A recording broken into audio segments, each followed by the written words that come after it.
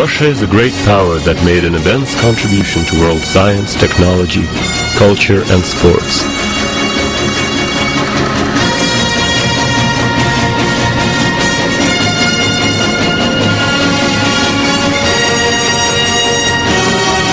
It is a country with a remarkable and dramatic history, and it all began like this.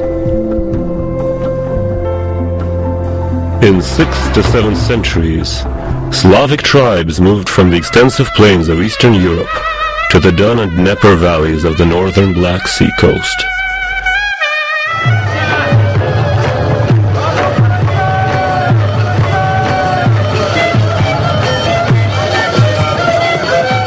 These were agrarian pagan tribes that worshipped the sun, lightning, and wind.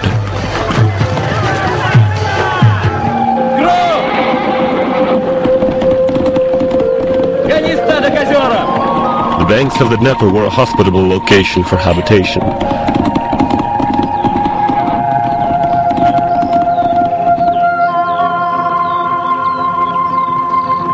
During those distant times, the well-known trade route from the Varangians to the Greeks ran through here.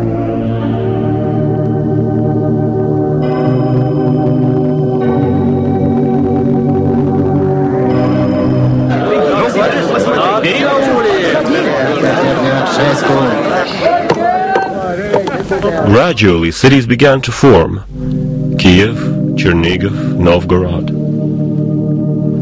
The tribal leaders and princes were engaged in affairs that were not unusual for that period of history, the early Middle Ages. They waged war with their neighbors, the nomadic Pecheneg and Khazar tribes.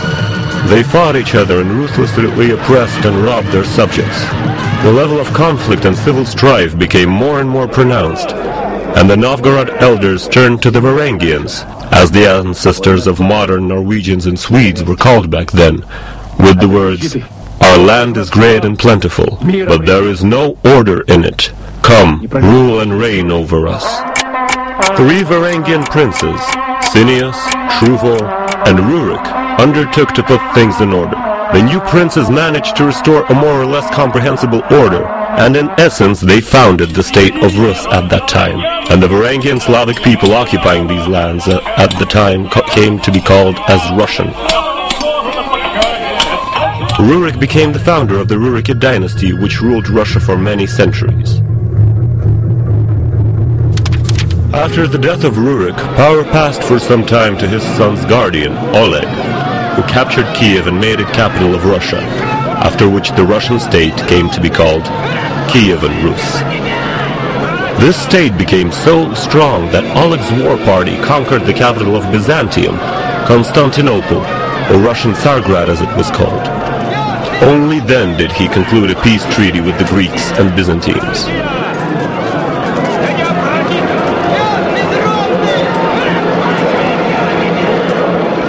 After Oleg's death, Rurik's son Igor ruled for a short time before he was killed by those of his subjects rebelling against unreasonable requisitions, the Drevlans, a neighboring tribe.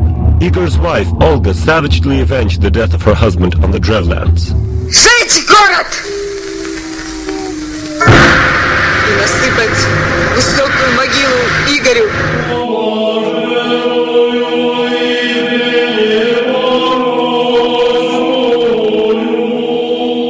She was generally a very enlightened ruler and even accepted Christianity, for which she was later ranked among the holiest of saints. Paganism did not suit Kievan Rus anymore, since it was now a rather strong and modern state. There was a need to choose a monotheistic religion. Vladimir, the Prince of Kiev and Olga's grandson, was presented with a choice of 3 religions. The choices were Christianity, Islam, and Judaism, which was professed by the rulers of the Khazar kingdom, which was powerful at that time. Prince Vladimir made a historical choice. He chose Orthodoxy, the religion of Byzantium. And this choice was fateful for Russia for its entire further existence. The baptism of Russia, which began in 988, was not easy. The most persistent keepers of the pagan faith were killed. Many were baptized with fire and sword, so to speak. The most persistent pagans were simply mercilessly destroyed, but most pagans took the new religion easily enough.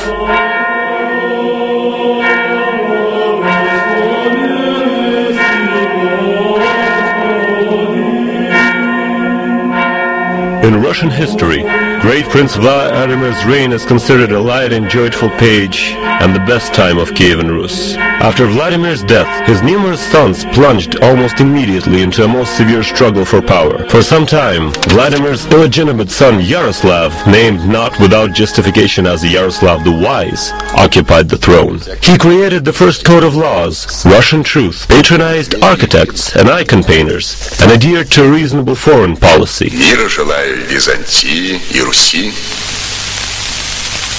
И всем желаю жить в мире. These were the last fruitful years of Kievan Rus. Already after Yaroslav, his sons and grandsons became rulers one after another. The country broke up into a set of small and large princedoms. Historians agree that Kievan Rus ceased to exist in the 12th century. At this time, the outstanding commander Genghis Khan formed a powerful military force on the territory of Mongolia, Siberia, and northern China. He managed to forge an army from the nomad tribes of Mongols. This army had strict organization, iron discipline, and unprecedented siege technology. It swept over the open spaces of Asia in a deadly wave and moved on to Europe. Despite the desperate resistance of some Russian princes, the Mongol Tatar hordes conquered the entire territory of Russia, sowing death, the smoke of large fires, and the violence everywhere. Grief and fear spread over the Russian plains. Nevertheless, despite all the cruelty, the Tatar-Mongolian conquerors eventually manifested quite reasonable management methods. They left the princes who were loyal to them in power and did not persecute the Orthodox Church, which remained the guardian of culture and the main unifying factor for the Russian people. Novgorod prince and military leader Alexander Nevsky, even given his vassal dependence on the Golden Horde and continuing to pay tribute, managed to prevail over the armies of a Catholic knightly order twice, on the banks of the Neva and on the ice of Lake Chutskoy. Prince Alexander Nevsky was subsequently canonized, and he is considered a patron saint of Russia.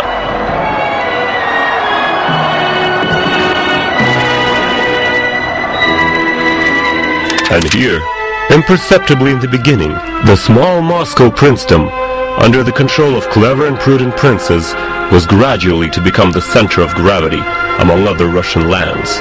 In general, from the date of its founding, the city-state of Moscow consistently expanded over many centuries, annexing more and more new lands. The princedom of Moscow in the course of time got so strong that Prince Dmitry, the grandson of Moscow's first prince Ivan Kolyta, managed to raise an army of many thousands and to set it against the detachment of Tatars headed by Mamai, a rebellious commander from the Golden Horde. The ensuing battle on the banks of the Don, on the Kulikovo field, turned into a bloody slaughter and ended with the victory of the Russian War Party.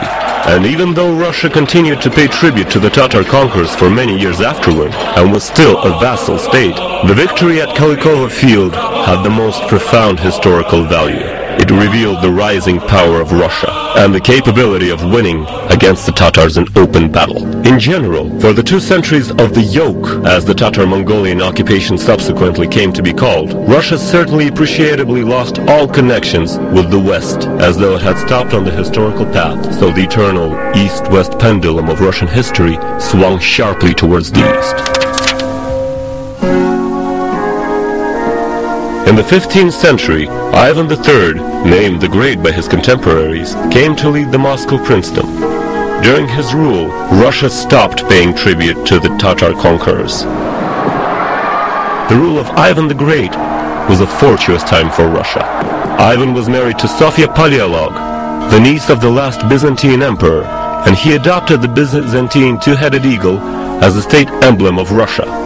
During his rule, relations with Europe were established. European, particularly Italian architects and builders came to Russia, and together with the Russian Zachi, or architects, they built the Moscow Kremlin. At last, there was the idea of a Russian state.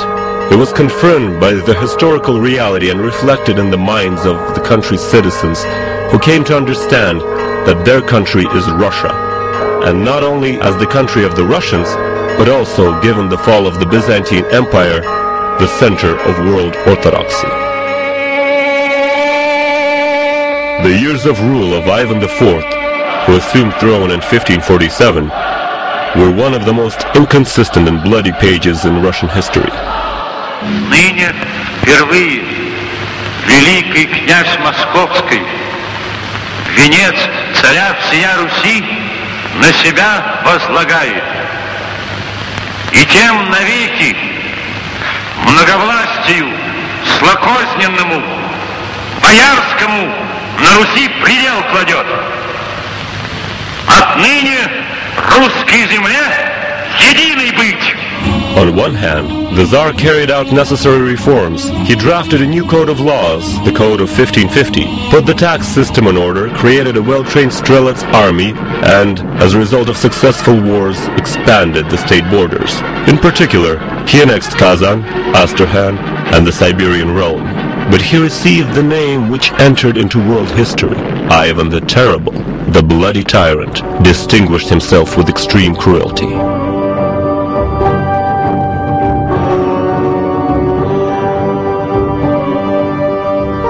An atmosphere of palace intrigues, treachery, and murder, in combination with mental illness, made the Tsar, as it often happens to tyrants, afflicted simultaneously with a persecution complex and sadism. He saw enemies and traitors everywhere, and he executed these mostly falsely accused enemies in the most refined ways.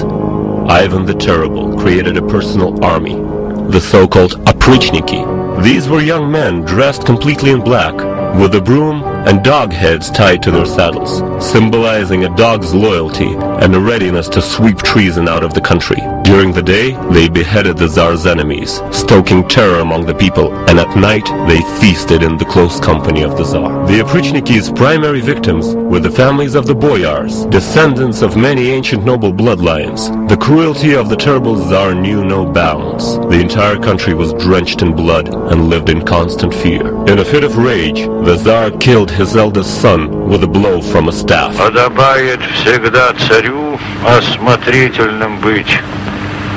Ко благим милость и кротость, злым же ярость и мученье. After the death of Ivan IV, his weak-willed and irresolute son Fyodor ascended to the throne. The country was actually ruled by Boris Godunov, the boyar and close advisor of the last Russian Tsars from the Rurikid dynasty, which ended with Fyodor's death. Having ascended to the throne already in the late 16th century, Boris Godunov became the official Tsar in Russia. Boris Godunov ruled fairly and tried to reform life in Russia, to set it on a European path. It was Russia's historical chance to make a decisive push towards civilization, but reformers are never loved in Russia. Я творил им житницы, я злако рассыпал им, я им сыскал работы. Они ж меня, беснуясь, проклинали. Пожарный огник дом истребил. Я выстроил им новое жилище. Они ж меня пожаром упрекали. Вот черный суд, ищишь ее любви. The country was rife with various rumors, sometimes of the most improbable kind, concerning Ivan the Terrible's youngest son, Dmitri, who died in infancy.